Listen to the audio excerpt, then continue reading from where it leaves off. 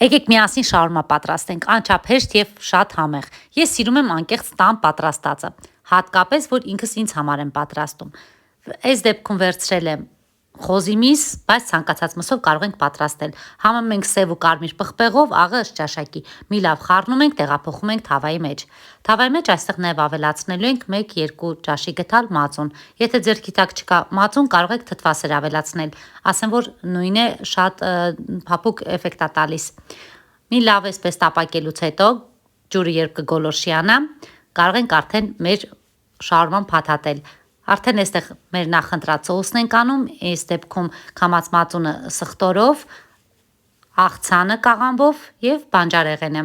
Գրեք մեկնաբանություններում ով է սիրում շաուրմա եւ որ տեսակն եք նախընտրում եւ իհարկե կարող եք նշել այն վայրերը, որտեղ սիրում եք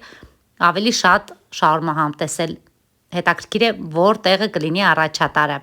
Կսպասեմ ձեր մեկնաբանություններին, դե ինչ սիրելիներս, ոնց կարելի է չուտել այս համովությունը։ Հələ մի հատ նայեք։